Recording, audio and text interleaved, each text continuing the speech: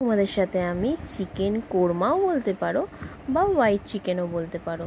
তো আমি এখন নিয়েছি হচ্ছে কাজু বাদাম, এদিকে কেটে নিয়েছি পেঁয়াজ, আদা, রসুন, নিয়েছি টক দই, লেবু, লঙ্কা।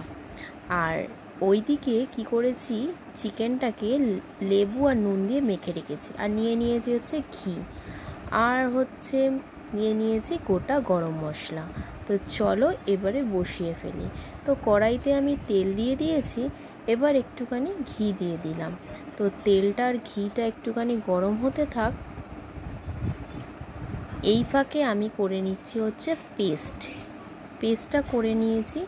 আর এর মধ্যে দিয়ে দিয়েছি হচ্ছে গোটা গরম মশলা। তোমরা চাইলে এর মধ্যে গোটা জিরে আর তেজপাতাও দিতে পারো।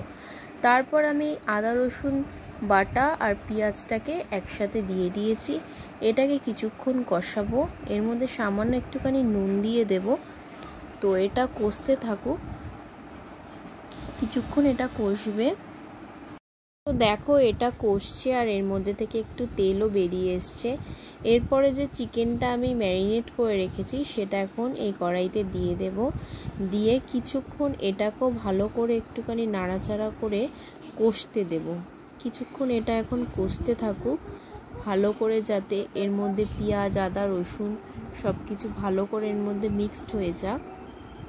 তো এই ফাঁকে দইয়ের মধ্যে দিয়ে দিয়েছি হচ্ছে ধনে গুঁড়ো, আর এর মধ্যে জিরেও দিতে হয়, কিন্তু আমার কাছে ছিল না তখন, তাই আমি দেইনি। আর দিয়ে দিয়েছিলাম সামান্য চিকেন মশলা।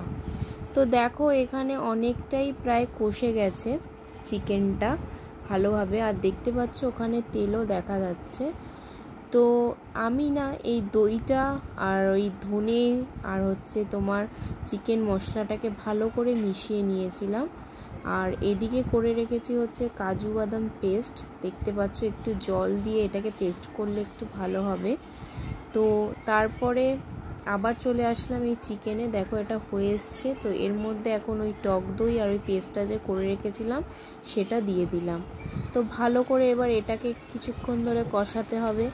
তারপরে যখন এটা থেকে দেখবে তেলটা বেরিয়ে এসছে, তো তখন ভাববে যে মোটামুটি চিকেনটা হয়ে এসছে। তো এরপর আমি এর মধ্যে দিয়ে দেব হচ্ছে গুঁড়ো গরম মশলা, আর দিয়ে দিলাম হচ্ছে কাজু বাদাম বাটাটা। তো তোমরাও এইভাবে এটাকে করো, খেতে খুবই ভালো লেগেছিল। তো দেখো এটা প্রায় হয়েই এসছে। তোমরা চাইলে এর মধ্যে একটু দুধও দিতে পারো। আর আমি এর মধ্যে সামান্য একটুখানি দিয়ে দিয়েছিলাম হচ্ছে কসুরি মেথি, যেটা আমার কাছে ছিল। তো দেখো এটা প্রায় হয়ে গেছে, কিন্তু খেতে এটা খুবই ভালো ছিল। তো এবার আমি এটাকে এই বাটির মধ্যে তুলে নিলাম। তো দেখো আমার এই হোয়াইট চিকেন একদম রেডি। তো তোমরাও এইভাবে বাড়িতে ট্রাই করো, দেখবে খুবই ভালো লাগবে। আর লাস্টে একটুখানি আমি এর ওপরে হানি দিয়ে দিয়েছিলাম। তো চলো টাটা।